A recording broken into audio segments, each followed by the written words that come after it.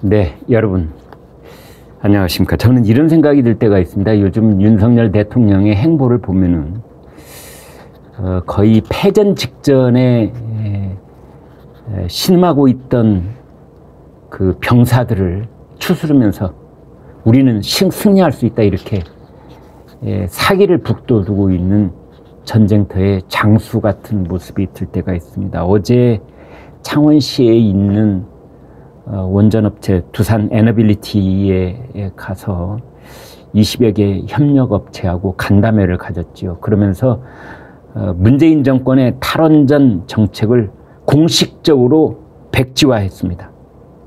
그리고 세계 원전 최강국으로서의 면모를 회복하겠다 하는 의지를 드러냈지요.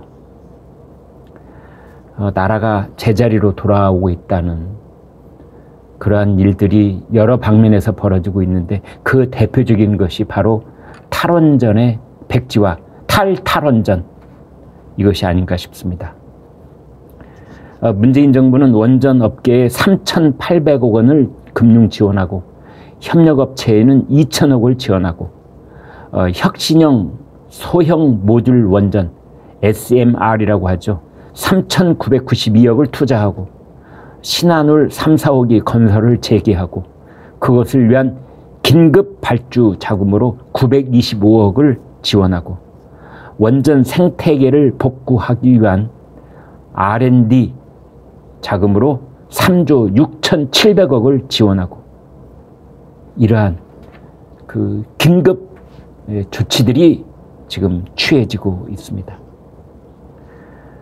윤석열 대통령의 이와 관련된 얘기를 들으면 뭐랄까요?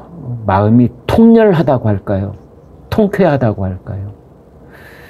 참 늦었지만 다행이다, 이런 생각이 든다고 할까요? 제가 직접 그대로 옮겨 드리겠습니다. 탈원전 5년은 바보 같은 짓이었다, 이런 제목인데요. 원전을 예산에 맞게 적시 시공하는 온타임, 온버짓, 이것은 세계 어느 기업도 흉내 못 내는 우리의 경쟁력이다. 온타임, 시간에 맞게, 온버짓, 버짓은 이제 예산이라는 뜻입니다.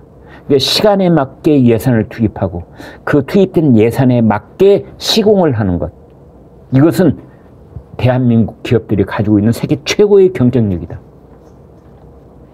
지금은 원전은 전시다, 전시 상황이다. 탈원전이란 폭탄이 터져 폐허가 된 전쟁터다. 원전 사고로 전쟁터처럼 폐허가 된 것이 아니라 탈원전 때문에, 반대로 탈원전 때문에 폐허가 된 전쟁터다. 기가 막힌 발상법이 아닐 수가 없습니다. 비상한 각오로 무엇보다 일감, 선발주, 이것을 과감하게 해달라. 그렇지 않으면은 원전업계 못 살린다. 전시에는 안전을 중시하는 관료적인 사고를 벌여야 한다. 이 공무원들은 말이죠, 야 이거 위험하지 않아? 이러면 뭐 사고 나지 않아? 이런 걸로 다 규제를 하려고 그러고, 이 도장 안 찍어주고 몇 달씩 미루려고 그러고, 그러면 안 된다. 관료적인 사고를 벌여라. 만일 우리가 지난 5년 동안 바보 같은 짓을 안 하고 이 원전 생태계를 더욱 탄탄히 구축했더라면 지금 아마 경쟁자가 전혀 없었을 것이라고 저는 확신합니다. 참 기가 막힌 일입니다. 지난 5년 허송세월, 바보 같은 짓. 누가? 문재인 대통령이 바보 같은 짓을 하지 않았다면, 그 헛발질을 했던 여러 가지 그 지난 5년의 정부 시책들이 많았습니다만은, 가장 뚜렷하게 대통령으로부터 시작된, 그 대통령의 의지에서 시작된 그 정책 중에 대표적인 것이 탈원전입니다. 지난 5년 동안 탈원전이라는 바보 같은 짓, 누구의 바보 같은 짓이냐? 바로 문재인 대통령의 바보 같은 짓이라고 윤석열 대통령이 직격탄을 날린 겁니다. 탈원전을 추진했던 관계자들이 여의도보다 큰 면적의 이 어마어마한 시설을 다 둘러보고 이 지역의 산업 생태계와 현장을 봤다면 과연 그런 의사결정을 했을지 의문이다. 탈원전을 추진했던 문재인 대통령과 그 휘하 참모들과 그 장차관들이 단 한 번이라도 경남 창원시에 내려가서 거기에 여의도 면적보다 큰 그 어마어마한 원전 생태계를 한 번만 둘러봤다면 탈원전을 했겠느냐. 거기 가서 둘러볼 시간은 없고 그 얼토당토하는 재난 영화 판도라 그걸 볼 시간은 있었겠지요. 윤석열 대통령은 본인부터 원전 세일즈 백방으로 뛰겠다 이렇게 말했습니다. 지금 원전 산업은 고사 직전 상태다. 물과 영양분을 조금 줘서 해결될 수 있는 상황이 아니다. 철철 넘칠 정도로 지원을 해줘야 살까 말까 한 상황이다. 참 말이 통쾌합니다. 통쾌합니다. 찔끔찔끔 언발의 오줌 주기. 이 정도로는 안 된다. 오히려 갈증만 나는 것이다. 철철 넘치게. 그래야 살까 말까다. 정말 이 대통령의 이런 인식이 그대로 실천에 옮겨지기를 간절히 바랍니다. 바로 그겁니다. 우리나라 원전 산업계를 지원하는데 결정권을 가지고 있는 그 산하 공무원들이 이 철철 넘치게 오늘부터 자기 사무실에다가 앞에 딱 써붙여야 됩니다. 액자로 크게 철철 넘치게 5글자. 찔끔찔끔 줄 듯 말 듯 그냥 도장 들고 망설이고 이 사인 할까 말까 망설이고 이거 사인했다가 나중에 나한테 책임 물으면 어떡하지? 그러면 안 된다. 관료적인 사고. 오늘부터 전 이 원전 산업계 관련 공무원들 책상 앞에 철철 넘치게 액자 써붙이기 바랍니다. 윤석열 대통령은 29일부터 스페인 마드리드에서 나토 정상회담을 하는데요. 우리나라가 원전 시설을 수출할 수 있는 폴란드, 체코, 네덜란드 이 세 나라 정상들과 원전 수출 정상회담을 열 예정이랍니다.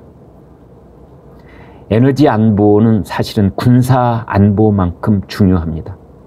우리나라에서 세계 최강국의 요소를 2가지만 꼽으라면 하나는 원전이고 하나는 반도체입니다. 원전은 산업계의 불, 반도체는 산업계의 쌀.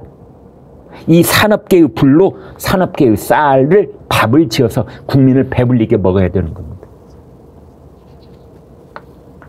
정말 전략 물자고 우리나라가 자랑할 수 있는 핵심 인프라인 겁니다. 그런데 문재인 대통령은 국민의 70%가 반대하는 탈원전을 지난 5년 동안 밀어붙였습니다. 고려 원전이 폐쇄됐죠. 월성 1호기 조기에 중지됐지요. 한빛 4호기 중지됐지요. 신규 원전 백지화됐지요. 그래서 완성까지 최소 10년 걸리는 원전 생태계가 완전히 붕괴됐습니다. 한국을 떠난 고급 두뇌, 회사를 떠난 전문 인력, 언제 돌아올지 참 답답합니다. 그 사이 중국과 러시아가 세계 원전 시장을 장악을 했습니다. 한국 원전 수출은 거의 제로 상태라고 봐야 됩니다. 업계 인력은 3,000명이 감소를 했습니다. 최근에 우크라이나 사태로 국제 유가가 5배로 폭등을 했습니다. 한국은 에너지 수입으로 무역 적자가 눈덩이처럼 불어나고 있습니다. 한국전력은 연 30조 적자를 기록하고 있습니다. 세계적으로 보면 그동안 재생에너지, 가스에너지에 의존하고 있었던 프랑스, 영국, 독일도 원전으로 돌아오고 있습니다.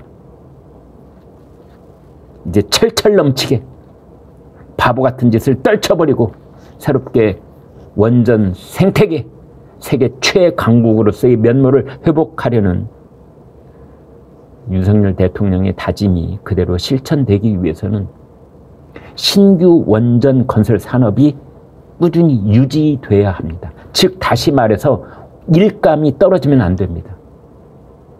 일감이 계속 창출이 돼야만 엘리트 인력이 원전 산업과 관련된 엘리트 인력이 유지가 되는 거고 기업들의 투자도 유지가 되는 거고, 그래야만 세계 시장을 상대로 우리나라의 수출 경쟁력이 유지가 되는 겁니다. 자, 여러분 철철 넘치게 네, 구독, 좋아요 부탁드리겠습니다. 고맙습니다.